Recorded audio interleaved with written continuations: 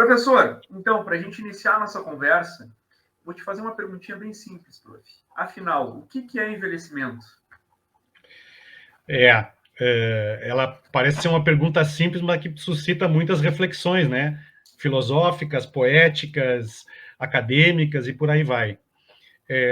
Eu vou procurar falar um pouco sobre um aspecto assim que me é caro, né? Que eu acho importante, que eu quero destacar para as pessoas que nos acompanham. Falar em envelhecimento é falar de algo que ocorre na maior parte da nossa vida. Acho que é a primeira coisa que a gente deve destacar. Porque, em realidade, nós vivemos, ao longo da nossa existência, uma série de transformações que vão nos possibilitando o crescimento, o desenvolvimento e também alterações que são normais e esperadas ao longo da nossa vida, que estão associadas ao que nós chamamos de envelhecimento. Envelhecimento é um processo que ele é complexo, ele não é simples, ele não é só biológico, ele também envolve questões culturais, sociais, psicológicas, de diferentes naturezas, mas que eu sempre digo em aula, né, Luiz, só vive isso quem está vivo, né? Só envelhece quem está vivo. E eu acho que na maior parte das vezes a gente opta por essa escolha e não a outra, né? ou pelo menos busca. O que eu sempre digo todo mundo quer ficar velhinho, né? Porque a outra opção sempre é pior. Prof, então, entendendo então o envelhecimento como um processo contínuo, inerente, hoje a gente tem diferentes definições. No Brasil, por exemplo, a definição de idoso é a partir dos 60 anos de idade, em países desenvolvidos, 65. Mas, na verdade, quando é que esse processo se inicia, professor? Então, alguns pesquisadores identificam o início do envelhecimento a partir do ápice da nossa idade reprodutiva. No caso da espécie humana, me refiro. Nós nascemos, nos desenvolvemos, nos preparamos para reproduzirmos, né? De uma certa forma, continuarmos um pouco existindo nos nossos descendentes, e a partir desse período, começam a acontecer uma série de mudanças no nosso corpo que vão ocasionando alterações que nós identificamos com o nome de envelhecimento. Isso eu me refiro a um conjunto de condições, Luiz, e estou dando destaque aqui a elementos biológicos que não ocorrem aos 60 anos, começam muito antes. Algumas destas aos 30 anos, algumas destas condições aos 40 anos. Então, eu quero destacar de novo para quem nos escuta. Envelhecer não inicia aos 60 anos. Envelhecer é um processo construído ao longo da vida, marcadamente mais presente a partir do ápice da nossa idade reprodutiva. Esse é um conceito bastante aceito. A idade dos 60 anos, a idade dos 65 anos é apenas um marco cronológico, temporal, que foi convencionado para países subdesenvolvidos, os 60 anos, como é o caso do Brasil, e para países desenvolvidos a partir dos 65 anos, como uma condição temporal relacionada à velhice.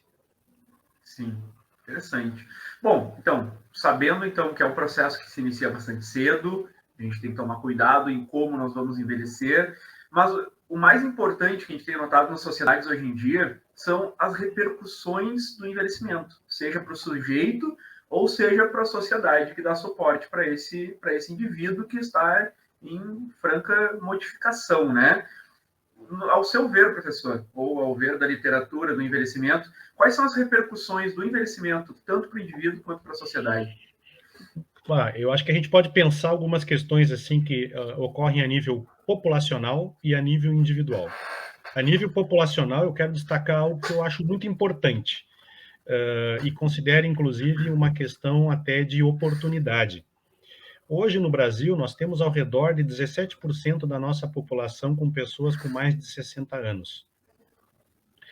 Isso dá em torno de 25 milhões, mais ou menos, de pessoas. Então, é um número significativo de pessoas, bastante significativo. Existe uma previsão que em 2060 nós chegaremos a quase 25% da nossa população com mais de 60 anos. Então, nós iremos mais que dobrar esse número de pessoas acima dos 60 anos. Então, quando eu penso nessa repercussão do ponto de vista demográfico, é claro, é tácito perceber e entender que este contingente populacional acima dos 60 anos está aumentando muito, não é? E isso impõe para a sociedade uma série de desafios. De que forma nós poderemos nos prepararmos e enfrentarmos as questões que são inerentes a esse processo. Existem ganhos, existem perdas. Do ponto de vista individual, não há como a gente negar que o envelhecimento ele é acompanhado de perdas. O envelhecimento é acompanhado de perdas.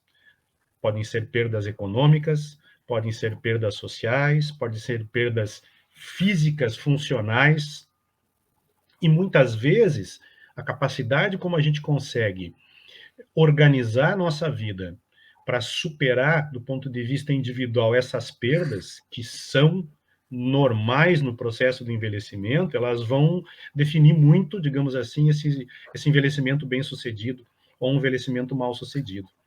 Então, nós temos que pensar o seguinte: primeira questão, estamos envelhecendo. A população mundial está envelhecendo, a população brasileira está envelhecendo. E, num curto espaço de tempo, o nosso país, o Brasil, vai atingir patamares bastante significativos de pessoas com mais de 60 anos. Os serviços de saúde estão preparados? Os profissionais estão preparados? A rede de seguridade social consegue dar conta destas demandas? Que oportunidades surgem aí também nessas situações e nessas condições? Do ponto de vista individual, este sujeito que envelhece, ele vai vivenciar perdas.